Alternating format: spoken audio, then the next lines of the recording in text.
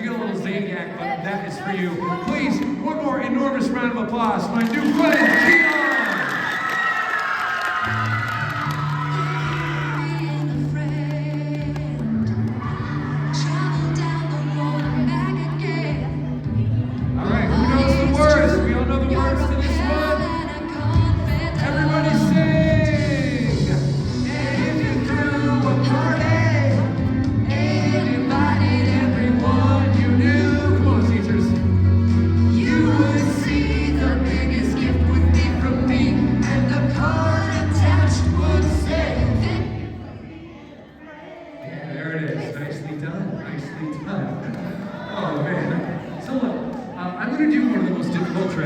That I can with these three juggling clubs, all right? I'm gonna do one of the hardest tricks I know how to do, and I like to try this trick because it's important to understand, when you are learning something difficult, there's gonna be some failure involved. This is part of the learning process. You're gonna try something, it's not gonna work, and you gotta try again. Remember, when you're trying something hard and it's not working out, remember that failure is not permanent, because it's not, right? If you fail a spelling test, you're gonna get another chance. If you, if you miss a basketball shot, you're gonna get another shot. You're gonna get another shot. You're gonna keep trying. And think about this, right? This is the thing I like to use. We can talk about whoever's the greatest basketball player of all, Michael Jordan or Caitlin Clark or LeBron James, whatever it is. It doesn't matter. I guarantee you, all of those players have missed more basketball shots than everybody in this room combined. They've just taken more tries. They've tried more, and you learn from your failures. So I'm going to try one of the most difficult juggling tricks that I know how to do with these three clubs. And just remember, failure's not permanent, so don't get down. And here's the other thing, too. Whoa! Oh, my goodness. Look at that. Here's the other thing you have to remember, all right? And this is important for me. Having good friends is really valuable, right? Because when you fail, you need people to support you. You need people like, no, you gotta pick it up, try again. If you fall on the ground, you need somebody to give you some encouragement, give you a hand up. So it seems like it's easy. I hope it's easy for you guys to make friends. It gets harder as you get older. Hold on to your friends, value your friends, encourage the people around you. Even if they're not your friends, encourage them because they might turn into friends. Anyways, I'm gonna try this hard trick. And I know we got some fifth graders, so I got a trick specifically for the fifth graders. This one's for you. Cringe. All right, that was it. Oh, yeah. You gotta savor the flavor of my nutty behavior. I'm gonna make your mouth water like a cherry lifesaver. I've concocted a caper to fill my pockets with paper. Do Mr. Rogers a favor, and won't you be my neighbor?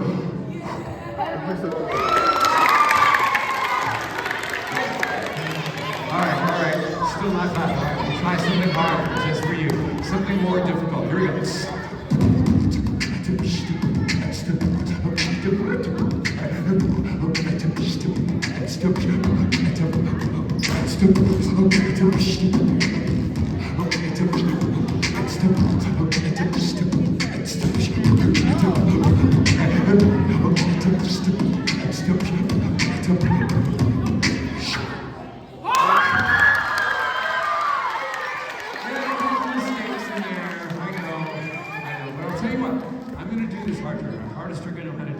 It's a trick that comes in a few different sections, a few different parts. First part of the trick, right here. Second part of the trick. Club goes from the chin to the nose. From the nose to the forehead. From the forehead to the five head. Laugh it up, kids. It will happen to half of you. All right, last part of the trick. Last part of the trick. I'm going to take this club. I'm going to let it fall back behind me. Without looking, I'm going to make a blind kick with the bottom of my foot. The club is going to come sailing over my face. It is going to shatter that light bulb and injure that young child. I will catch the club and I will start to juggle all three of them. I call this trick kicking it at the club. All right, here we go. Look, and like I said, look, if I miss this trick, I'm not gonna get frustrated. I'm just gonna take a deep breath and try again. I'm feeling pretty good. I'm warmed up from the earlier show. I think I can get it first try. And if we can, we're gonna have a little celebration, all right? Because it's important when you succeed, you gotta treat yourself. You gotta celebrate a little bit. Life is hard. Celebrate your wins. All right, here we go. Kicking the club, bottom of the foot. This trick, first time I saw it, felt nearly impossible. All right, here we go.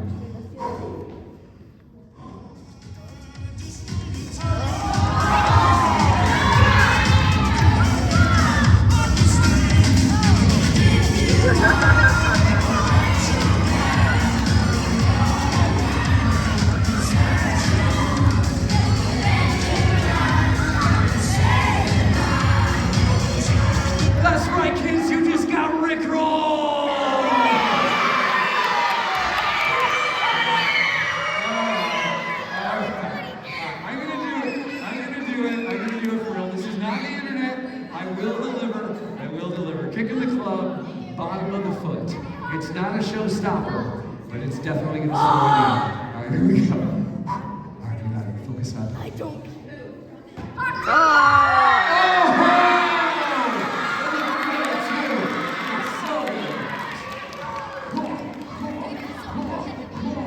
Oh, and with one of these again. Bam! And now we got to celebrate. Get your hands into the air, kids. It's time for a high five.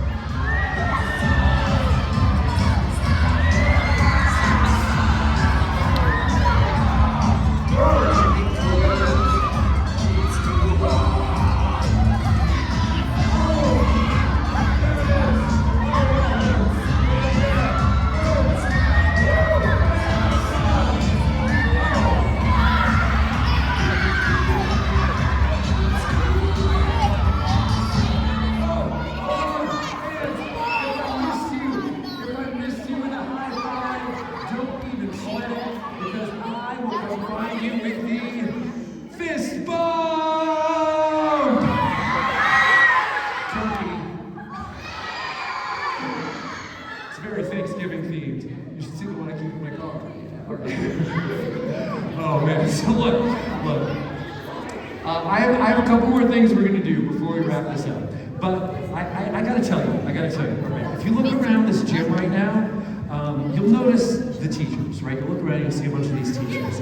Here's the thing, all of these teachers, every single one of them, they have dedicated years of their life to teach you, right? Before they even got the job at the school, they went to college, they got teaching certificates, they got master's degrees, some of them. And here's the thing, they have spent all these years training, but in order for you to take full advantage of your teachers, you gotta ask good questions. The ability to craft good questions is gonna help you through your education to be like, okay, here's an aspect of something I don't understand.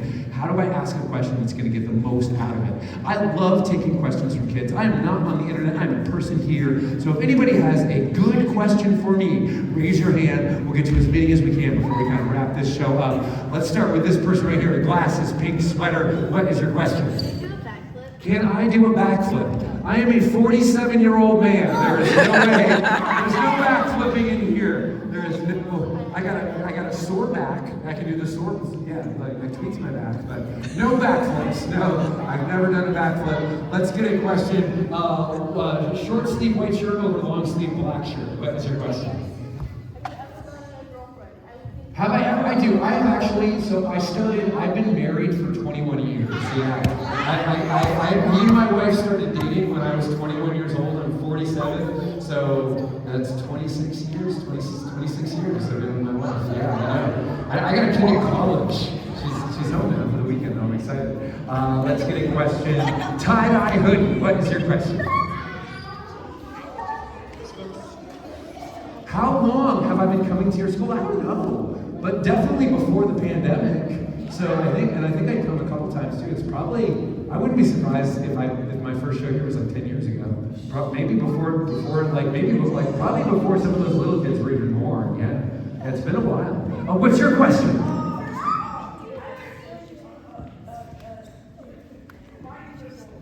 Oh, why did I rickroll? This is a great question. Okay, so here's the thing. When I try to think of stuff for the show, I think of ideas, and if I think that the idea is good, I have to try it, right? If you think of a good idea, and you don't try it out, you're kind of telling your brain, don't bother thinking of cool ideas because you never bring them to life, right? Hold on, I'll let you get another one. Let me answer this one because it's a good question. So I'll try ideas, and usually when I try an idea in the show, I have to try it more than once, right? You just can't really get engaged just trying it. Sometimes you can be like, oh, I tried that, and it crushed, right? You try it first time, you're like, that was amazing. Or you try it, and you're like, that was real bad. I don't think that one's gonna work.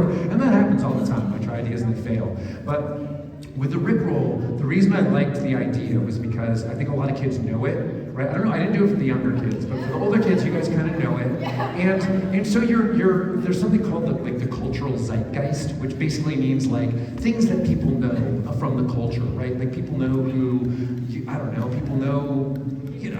Snoop Dogg. Everyone knows my dad knows who Snoop Dogg is. He's 85 years old. Snoop Dogg is part of the cultural zeitgeist, right? So I'm trying to tie in things that everybody knows because it's a lot easier to make a joke when people understand what you're talking about. And so I tried it, and the way you guys reacted in this show was like, everyone was like, oh, we got it, we get it. So I keep it in the show. So that's why I do the Rickrolls, because it's something that we all know. Yeah, and some kids maybe are like, I don't know the Rickroll, but now they do. Now they're like, yeah. Did you have another question? What was your other question? Bring on your idea.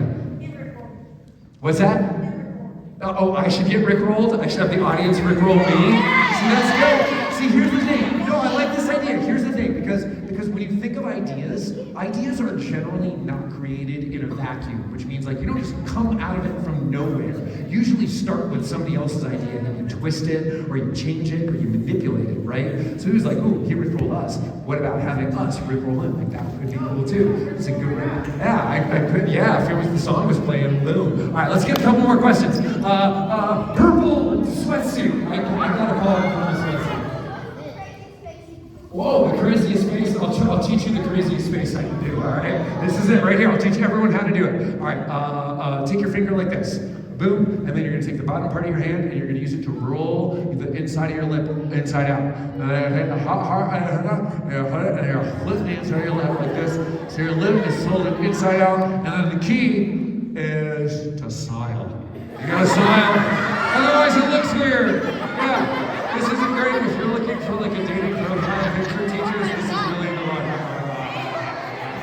That's the craziest face I got. Yeah, I call it the frog lips. All right. Let's get all the way in the back. Black t-shirt. What's your question? What's that? No, I don't subscribe to any of these labels. I don't like labels. The question was, am I? I don't believe in labels. I don't think you can take like a word or an idea and ascribe it. People are too complex. People are too complicated to be like, you're an alpha male. I just don't. I think that's total. I think it's a load of hooey. It's a load of hooey. That's what I think. Yeah, because people are complex beings. We're very complex, and you can't just box people up like that. You just can't. It doesn't work. All right, let's get a couple more questions. Oh, Hello Kitty. What is your question? When did I start doing this, or why did I start doing this? When? So I started doing this show was about like 1:20, I think, about 45 minutes ago. No, I started doing these shows when I was 21 years old. So I got into this stuff because I was really into this game called Hacky Sack, which is like, it's like a little beanbag you kick around. I probably have one in here, I'm sure I do, if I can find it in the junk drawer, basically. It's like a little, where is it? Oh, there it is, all right. So I used to be really into like kicking around a little hacky sack and doing some tricks and stuff like that. All right, here we go. See, let's at least get like, boom, you know. Ooh, I had it. So I was really into this, and through my passion for kicking a little beanbag around, I was able to get a job doing school assembly shows. Somebody trained me how to do his show that he had developed, and I traveled all over the East Coast for 5 months doing school assembly shows. And through that experience, I learned that you could be a professional juggler, and I was like, that's what I want to do. That sounds really interesting. And here I am. I've been doing this now for 26 years. Yeah, pretty cool. So I started doing it in January 19th, 1999. So January next year will be my 27th year. Pretty cool. Let's get a question. Roblox kid.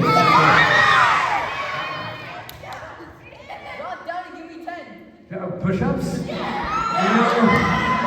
my second show in I'll tell you what. So I don't have a ton of upper body strength. I have like some pretty severe tendonitis in my elbows.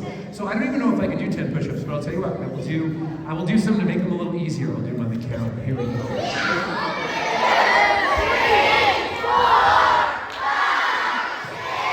5, 6, 7, 8, 9, 10. Very good. All right. No more questions like that one. Okay. That was enough. All right, let's get a question from this person right here. What's your question? Oh, why did I choose the name Zaniac? I think it was the best name I could think of. So here's the thing. This is another creative technique you can use. So if you're trying to think of a name, let's say you invented a trick, or you're in a band and you're trying to think of a name for your band, and you're like, we need a good name. Here's the key. Do not try to think of a good name. Try to think of any creative name you can and write them down. Write down anything you think of. Don't restrict your mind by saying it's gotta meet certain criteria. Write every idea you have down. And then later, you'll move on to the editing process where you get rid of all the bad ideas. And you'll think of a lot of bad ideas, you will. So when I was trying to think of like a name or a moniker for my act, I just started writing down stuff. My goal was to get 100 ideas. I think I got about 80. And I had friends propose ideas. My wife came up with the Zaniac actually. And so I thought of all these things, and then right away, first round of editing, I got rid of like 90% of them. And I ended up with about 7 things that were okay, got it down to about 3, and I thought the Zaniac was the best one. And I'm like, all right, I'll pick the Zaniac, I like it. And I tried it out and it felt right. So here's the thing, here's the lesson. If you're trying to think of ideas, don't try to just think of good ideas. Think of any silly idea that comes in your mind. You don't have to use the bad ideas. You can be like, that one's corny, I don't like it. Don't use it, right? But don't restrict yourself from thinking of it, because sometimes you'll have a silly idea or a corny idea, and then you'll combine it with something else and it'll be cool. So don't restrict yourself from coming up with ideas. And 2, marry up is really, never mind. All right, here we go. All right, we're gonna do one more, and then we're gonna end. One more. I'm gonna call on the kid sitting down. I'm gonna call on a sitting down kid. All right, we're gonna go glasses, black, pull up zipper hood thing. What you got? You never got a high five? Yeah, I don't like you. I purposely miss you. No, I'm kidding. I'll see if I can get you a high five before the show gets over. All right, let's do one more. We'll do one more. Any adult questions? Questions from the adults? Maybe an opportunity to lead me to a message you're trying to communicate? No adult questions? All right, we're gonna get one more kid question. Bow tie girl, what is your question? Oh, if I'm a dad, and I am a dad. I have my oldest daughter is a freshman in college, and then my youngest daughter is a sophomore in high school. And why don't you do dad jokes? I totally did a dad joke. Remember, I don't even know if you guys heard it, but remember when I was like, oh, I'm gonna drop the club back and kick it with the bottom of my foot, and I said that I call this trick, kicking it at the club. That's a dad joke, definitely a dad. You guys, know it is. It's definitely a dad joke. I have a dad joke in the science show too. All right, hands down, no more jokes or no more questions. But I'll tell you what, friends of mine are always telling me I should sell merchandise in my show. I'm not a big salesman kind of a guy, but I found an incredible product I had to sell. Check this thing out. It's a life-sized bobblehead doll.